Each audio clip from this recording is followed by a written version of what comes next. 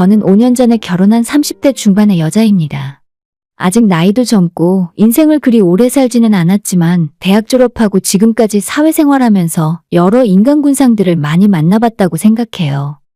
다시 떠올리기도 싫을 정도로 별별 이상한 인간들도 많이 있었고 지금 다니고 있는 회사에서도 이가 갈리는 나쁜 사람들도 많이 있지만 그런 인간들 중에 오늘 이야기하는 저희 신우처럼 망나니 같은 인간은 본 적 없었습니다. 결혼하기 전에 그쪽 집안 식구들의 실체에 대해서 전혀 몰랐으니까 결혼할 생각을 가질 수 있었지. 만약 모든 상황을 제가 다 알았다면 당장 우리 부모님부터 이 결혼을 반대하셨을 거예요. 어느 누가 결혼 준비하면서 이미 시집가서 애 낳고 살고 있는 신우에 대해 알려고 하겠습니까? 제 남편에게 별 문제 없고 시부모님 두 분 성격에 문제가 없겠다 싶으면 잘 됐다고 생각하고 넘어간 거죠. 제 남편은 37살이고 하나 있는 친누나인 신우는 41살입니다. 이젠 가족이라는 호칭으로 부르고 싶지도 않은 사람이지만 남편에게 전해들은 이야기로는 정말 어릴 적부터 사고란 사고는 다치고 다녀서 고등학교에서도 강제 전학당하고 간신히 졸업장만 딴 사람이에요. 우리 남편도 자기 누나에 대해서는 거의 포기하다시피 했다는데 그래도 시부모님은 아픈 손가락이랍시고 가족들 모이면 신우만 대놓고 편애합니다. 정작 제 남편은 신우와는 달리 착실하게 공부해서 대학 졸업하고 좋은 회사 다니고 있어요. 어떻게 생각하면 시댁 집안의 희망이나 마찬가지인데도 시부모님은 항상 큰딸이 먼저라고 생각하시나 봐요. 그런 신우가 20대 때 사고치고 속도 위반으로 결혼하겠다 했을 때는 시댁에서 있는 살림 없는 살림 다 긁어모아서 혼수 맞춰서 시집 보냈어요. 그런데 우리 남편은 착실하게 일해서 돈 모으며 살았고 부모님 용돈까지 챙겨주며 살았는데 저희가 결혼한다고 했을 때는 너는 혼자 앞가림 잘할 수 있지? 라고 하시면서 숟가락 하나 보태주지 않더라고요. 물론 저도 꾸준히 일을 하고 있고 남편도 돈 허투루 쓰지 않고 월급 대부분을 착실하게 모은 사람이었기 때문에 결혼할 때도 우리 둘이 모은 돈으로 집 구하고 혼수까지 다 맞추는데 무리가 없었습니다. 그때는 전혀 시댁 집안 사정에 대해 자세히 아는 게 없었기 때문에 양가 부모님 손 안 벌리고 우리 힘으로 결혼해서 다행이라고 생각했지만 나중에 시부모님이 저희는 빼고 신우만 챙겨준 것을 알게 되었을 때는 솔직히 서운하기도 하고 약간 배신감 같은 것도 느꼈어요. 남편이 연애할 때는 자기한테 누나가 하나 있다는 말 정도만 했지 이렇다 저렇다 누나에 대한 이야기를 하는 걸 본 적이 없어요. 저도 굳이 캐물어 본 적도 없고 저도 위로 친언니 하나가 있는데 옛날에는 많이 싸우고 사이가 안 좋았었거든요. 이제 둘 다 나이 드니까 그냥 성질 죽이고 부드러워지는 거지. 10대 후반 20대 초반에 언니가 몰래 제 옷 입고 나가면 저도 언니 방에 쳐들어가서 비싼 화장품 막 바르고 저녁에 둘이 마주치면 중내산에 싸우고 욕하고 난리도 아니었습니다. 그래서 남편도 누나랑 사이가 별로 안 좋구나 정도로 생각해서 자세히 물어보지 않고 그냥 넘어갔었는데 결혼하고 보니 단순히 사이가 안 좋은 게 아니라 그쪽 집안의 상태는 좀 심각할 정도였어요. 일단 제가 결혼하고 나서 들은 대로 이야기를 하자면 신우는 중학생 때부터 키가 반에서 제일 컸고 또래 남자애들에 비해서도 덩치가 크고 성격이 포악했기 때문에 불량한 남자애들과 어울려 다니며 같은 학교 친구들을 많이 괴롭혔다 하더라고요. 그래서 부모님이 학교에 불려가는 일도 자주 있었고 동네에서 그 집 딸이라고 말만 해도 얼마나 유명했는지 우리 남편이 중학생이 되었을 때 누나 덕분에 졸업할 때까지 아무도 자기를 건드리지 못했답니다. 그렇게 막 나가던 신우가 고등학생이 된 이후로는 집에도 잘 안 들어오고 불량한 남학생들 오토바이 뒤에 타고 끼리끼리 어울려 다녔다고 해요. 소위 말하는 비행 청소년이었고 결국 고등학교 2학년 때 타 지역으로 강제 전학당하고 그 뒤로 비슷한 처지의 학생들이 모이는 똥통학교에서 졸업장만 간신히 딴 것 같더라고요. 직업도 뚜렷하게 내세울 만한 회사를 다닌 적은 없고 예전에는 보험도 팔아보고 네일아트나 속눈썹 연장일을 하기도 했지만 지금은 백수나 마찬가지입니다. 한 가지 일을 하더라도 숙달될 때까지 기술을 몇 년 배워야 될까 말까인데 길어봤자 반년, 보통은 한두 달 안에 일을 그만두고 놀고 먹기 바빴어요. 어떻게 남자를 만나서 결혼을 하긴 했는데 그 성격이 어디 가겠습니까? 하루가 멀다 하고 싸우고 지지고 볶으면서 어떻게 몇 년 정도는 사는 것 같았습니다. 신우는 결혼하자마자 1년 만에 애를 낳고 집에 있었고 신우 남편이 공장 다니며 돈을 벌었지만 월급은 250만 원 정도 수준이라 들었어요. 물론 그렇게 벌어오는 돈으로는 세 식구 겨우 입에 풀칠만 하는 수준이었고, 그래서 저희 모르게 시부모님이 뒤에서 매달 얼마씩 생활비 보조를 하고 있던 걸로 알고 있어요. 가끔 명절날에 시댁에서 다 같이 만나 이야기를 하다 보면 시매부는 신우와는 다르게 성실한 사람 같았고, 아이를 위해서 열심히 살아야겠다는 목표도 있어 보였습니다. 저런 사람이 왜 우리 신우 같은 망나니를 만나서 고생하며 사는지 그게 가장 의문이었죠. 작년까지는 어떻게든 참고 살았던 것 같은데 올해 초 큰 사건이 터졌어요. 신우가 다른 식구들 아무도 모르게 혼자 어디에 투자를 했나 봅니다. 주식인지 도박인지 다단계인지도 알 수 없고 어디에 얼마나 투자했는지 아무리 물어봐도 대답도 하지 않더라고요. 나중에 심해부가 알아챘을 땐 모든 통장 잔고는 하나도 없는 데다 마이너스 통장에 카드비까지 엄청난 상황이었죠. 집안 재산 다 말아먹고 한순간에 빈털털이 알거지가 되었습니다. 그나마 얼마씩 모아오던 적금도 손을 대서 싹 다 날려먹고 시부모님 카드까지 빌려서 카드론 대출까지 받아버린 덕분에 시댁 집안의 돈이란 돈은 씨가 말라버렸죠. 자기가 가진 돈만 날렸으면 그나마 다행인데 마통의 카드론의 이상한 곳에서 대출까지 받아서 빚쟁이들이 집으로 찾아오고 난리도 아니었답니다. 더는 이런 생활 견디기 힘들었던 매부가 결국 아이 데리고 집을 나가버리고 두 사람은 얼마 지나지 않아서 이혼까지 하게 됐어요. 여기까지는 정말 평소 우리 신우의 행실을 생각해 본다면 별로 놀라울 것도 없는 이야기입니다. 오히려 지금까지 이혼 안 하고 버티고 산 것이 훨씬 놀라운 일이죠. 아무튼 매부는 이혼하고 부모님 집에 들어가서 애 키우며 산다 하더라고요. 잃어버린 돈이나 양육비 같은 건 바라지도 않을 테니 다시는 두 사람 앞에 애엄마로서 나타나지 말라는 것이 유일한 이혼 조건이었답니다. 아무튼 이혼하고 떠난 사람들은 떠난 사람이고 그럼 이제 남은 신우가 문제인데 모든 재산 다 날리고 살던 집까지 날려버리고 별 수 없으니 저희 시댁으로 들어가서 살기 시작했어요. 이 와중에 아버님은 아직도 정신 못 차렸는지 신우가 예전에 하던 네일아트라도 할 수 있게 모아두신 쌈짓돈까지 털어서 가게를 차리라며 돈을 지원해줬어요. 그리고 당연히 그 돈을 새 가게짜리를 알아보거나 미래를 위해 쓴 것이 아니었고 그 돈마저 어디다 처박았는지 한 달도 안 되어 다시 빈손으로 시댁에 나타났대요. 정확한 금액은 저는 잘 모르지만 남편 말로는 대충 4천만 원은 넘는 돈이라 했습니다. 거기까지 듣고 있는데 참 기가 막히고 어처구니가 없어서 남편이랑 그날 술 한잔 하지 않을 수밖에 없었어요. 저희 부부는 1년 내내 아끼고 모아봤자 2천만 원 모으기 빠듯한데 한 달 만에 남들의 1년 연봉을 어디다 날려버리고 오는 건지 모르겠습니다. 돈을 전부 날려버린 신우도 대단하다 싶었는데 전 재산 다 날리고 이혼당한 딸한테 무슨 생각으로 시부모님이 큰돈을 쥐어줬는지도 이해할 수 없더라고요. 지금까지 한 번도 정신 차린 적 없이 망나니처럼 살았는데 이혼하고 이제라도 뒤늦게 사람 되어 착실하게 살기라도 할 줄 아셨던 걸까요? 믿을 사람을 믿어야지. 저와 남편은 다시 한번 시부모님의 판단에 큰 실망을 하게 되었습니다.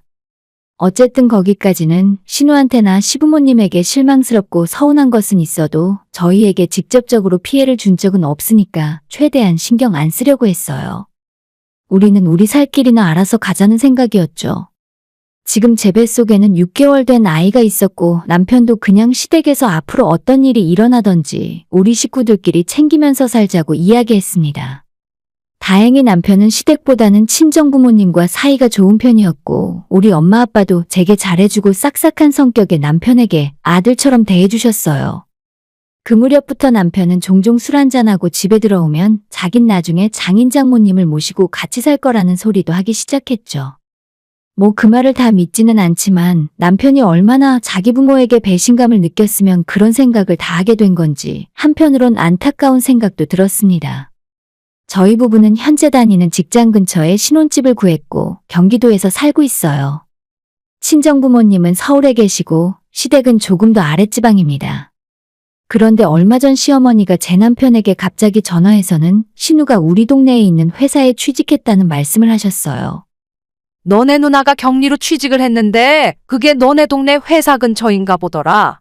당분간 너네 집에서 방 하나 내주고 지내면서 돈 모을 때까지만 같이 살아라. 남편은 어머님 전화 받자마자 당연히 싫다고 절대 안 된다고 펄펄 뛰었어요. 저도 평소에 신우가 얼마나 성격이 안 좋고 청소도 절대 안 하는 등 생활 패턴 자체에 문제가 많다고 알고 있었기 때문에 정말 싫었습니다.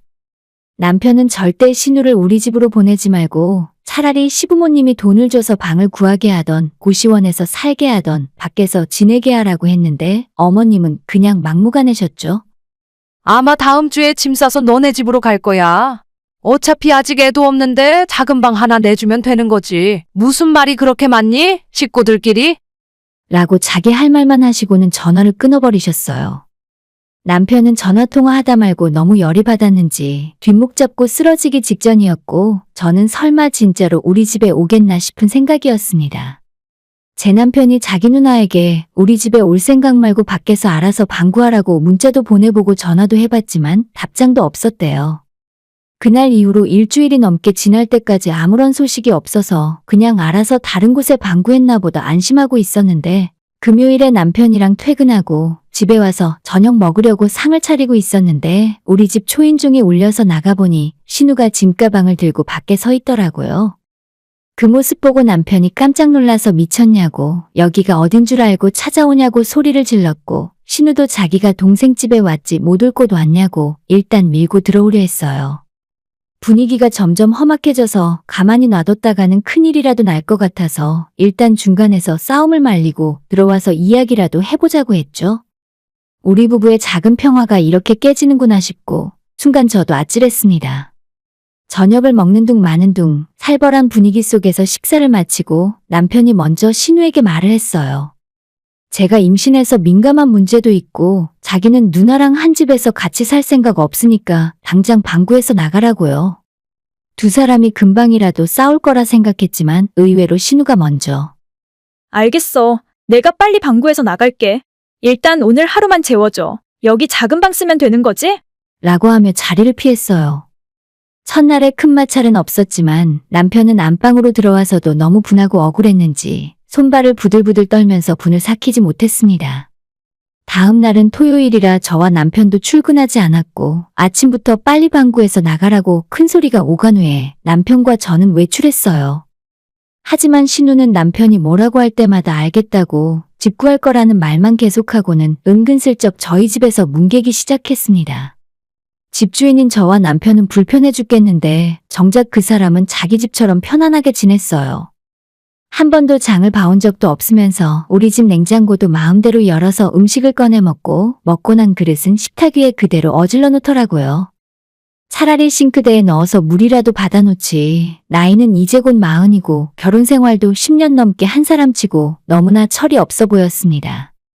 우리 남편은 깔끔한 성격에 어떻게 보면 저보다 살림을 더 잘하는 사람이라서 그런 모습 볼 때마다 화를 내고 잔소리도 심하게 했어요. 하지만 신우는 워낙 제멋대로의 선천적으로 게으른 사람이라 남편 말을 듣지 않더라고요. 그 뒤로도 두 사람이 몇 번 충돌을 했었는데 빨리 집 구하겠다는 말만 계속하고 상황은 전혀 나아지지 않았습니다. 그전에도 별로 친한 사이도 아니었고 제가 결혼하고 나서도 얼굴 몇 번 못 본 사이라 정말 불편했어요. 우리 집인데 편하게 옷도 못 입고 밤이 되면 거실에 나가는 것도 부담스러웠습니다. 무엇보다 제가 먼저 퇴근하더라도 남편이 없으면 집에 못 들어가겠더라고요. 집 근처 카페나 공원에서 남편 기다렸다가 같이 집에 들어오는데 왜 내가 내 집에서 이런 불편을 겪어야 하는지 저도 점점 짜증났어요. 참고 지내면 알아서 나갈 줄 알았는데 일주일이 넘도록 그대로 우리 집에서 뭉개고 있었습니다. 남편과 신우도 얼굴만 마주치면 으르렁대며 싸우려 들었고 저 없을 때 남편이 시부모님에게 전화해서 부모님과도 싸우고 안 좋은 이야기도 서로 많이 했다고 들었어요. 남편은 평소 점잖은 성격이지만 신우가 워낙 드센 사람이라 둘이 싸웠다가 무슨 큰일이라도 날까봐 저는 무서워서 남편을 말릴 수밖에 없었습니다. 그러다 결국 사고가 터지고 말았는데 신우가 출근을 한 지 며칠 안 됐을 때 일이었죠. 퇴근 시간이 한참 지났는데도 집에 돌아오지 않아서 밖에서 저녁 먹고 들어오나 생각했는데 밤 11시가 넘은 시간에 완전 만취 상태로 집에 들어왔습니다. 아마 새로 일하게 된 직장에서 환영회를 했던 모양인데 무슨 사람이 자제력도 없이 이 정도로 취할 때까지 술을 마시는 건가 속으로 생각했어요. 내 발로 기어 들어오긴 했지만 그래도 집에 들어와서 바로 자기 방으로 들어가길래 저러다 조용히 자겠지 생각하고 남편과 저는 안방에 들어와 있었습니다. 그때도 남편이 한 소리 한다는 걸 술 취한 사람 붙들고 무슨 말을 하냐고 나중에 술 다 깨고 내일 이야기하라고 말렸어요. 한참 후에 밖에서 쾅하는 소리가 나길래 나가봤더니 신우가 주방 냉장고 선반 하나를 완전히 부러뜨려 놨더라고요. 물건도 주방 바닥에 떨어져 있고 엉망진창인 상황이었는데 신우는 손에 소주병 하나를 들고 당황한 듯 저와 남편을 번갈아 쳐다보고 있었습니다. 나 진짜 딱 한 잔만 더 마시려고 했는데 얘가 저절로 떨어졌네. 저희 결혼할 때 혼수로 사온 300만 원짜리 냉장고가 왜 혼자 선반이 부러집니까? 주방의 처참한 광경을 보니 너무 놀라고 속상해서 눈물이 터지더라고요. 남편도 지금까지 회사 다니면서 회식도 하고 술을 마시고 집에 들어온 적이 있지만 단 한 번도 실수하거나 만취 상태로 집에 들어온 적이 없어요. 저는 원래 술을 잘 안 좋아하고 친정부모님도 사업을 하면서 미팅도 하고 접대도 많이 다녔지만 술이 취해도 딱 기분 좋을 정도로만 마셨거든요. 저는 이렇게 술주정 부리는 사람도 처음 겪었고 그게 우리 집 주방이라는 점이 너무 짜증나고 왜 내가 이런 일을 겪어야 하나 시부모님에 대한 원망까지 들었습니다. 남편은 결국 참다 못하고 자기 누나랑 싸우기 시작했어요. 진짜 미쳤어? 술 처마셨으면 곱게 들어가서 잠이나 잘 것이지. 내 집에서 나가. 앞으로 찾아올 생각 하지도 말고. 남편이 신우방에 들어가서 짐을 거실로 집어던지기 시작했는데 그걸 본 신우도 화가 났는지 두 사람이 붙들고 몸싸움을 하기 시작했죠. 뒤에서 제가 울면서 남편을 뜯어말리다가 신우한테 밀쳐서 뒤로 넘어지게 되었는데 넘어진 순간 뱃속에 아이 생각이 가장 먼저 나면서 눈앞이 캄캄해졌어요. 그 모습을 보고 남편이 소리 지르면서 저한테 달려왔고 진짜 지옥 아수라장이 따로 없었네요. 다행히 옆집에서 우리 집에서 나는 큰 소리를 듣고 경찰에 신고를 했고 경찰이 일찍 출동하면서 상황이 진정됐어요. 두 사람이 주먹 다짐까지는 가지 않았지만 서로 밀고 몸싸움하는 과정에서 남편에게 크고 작은 상처가 생겼고 뒤로 넘어졌던 저는 다음날 산부인과 가서 검진을 받았는데 다행히 저도 아이도 별 이상은 없었어요. 당연히 그 길로 신우는 바로 우리 집에서 쫓아내버렸고 어디 가서 어떻게 살던지 신경 안 쓰기로 했어요. 다음 날도 신우는 출근이었는데 술 때문인지 출근조차 못해서 일주일 만에 회사에서 잘렸답니다. 우리 집에서 쫓겨나고 직장도 잘리고 갈 곳 없는 신우는 다시 시댁으로 돌아갔고 그 이후 남편이 시부모님에게까지 전화 걸어서 앞으로 우리 집 찾아올 생각 하지도 말고 자식은 누나 하나만 있다 생각하고 살라며 전화를 끊었습니다. 어머님은 남편에게 가족끼리 서로 돕고 살아야지 그러는 거 아니라는 식으로 잔소리를 하셨지만 남편은 그 말 끝나기도 전에 자기 할 말만 다 하고 전화 끊어버렸어요. 이제 앞으로는 시댁 근처에도 안 갈 거랍니다. 시댁 사람들이 우리 집에 올 일도 없고 연락이 오더라도 안 받는데요. 어느 정도 어지러운 상황도 마무리되고 제가 정기검진 받으러 병원 다녀오는 길에 남편이 자기 집안 꼬라지가 이래서 미안하다며 사과를 하더라고요. 남편 잘못은 아니라서 저도 서운한 건 없었습니다. 어릴 적부터 누나한테 치이면서도 열심히 공부하고 자기 앞가림해서 지금 잘 살고 있으니까 된 거죠. 아무리 예전에 일진이고 잘 나갔어도 나이 40 다 되도록 하나도 철이 안 들고 사고나 치고 다니는 모습을 보니 진짜 사람은 고쳐 쓰는 것이 아니구나 싶었어요. 그래도 어쩌겠습니까? 우리 시부모님에겐 가장 소중하고 신경 쓰이는 큰딸이잖아요. 뭐가 그리 예뻐서 신우만 챙기고 싸고 도는지 모르겠지만 저희는 자식 취급도 안 하니까 앞으로 정말 인연 끊고 남이라 생각하고 살려고요. 남편도 못난 자기 부모 대신 처가 부모님한테 더 잘해드리고 싶다 하네요. 오늘의 사연은 여기까지입니다. 구독과 좋아요, 알림 설정 부탁드려요. 다들 행복하시고 좋은 하루 되세요.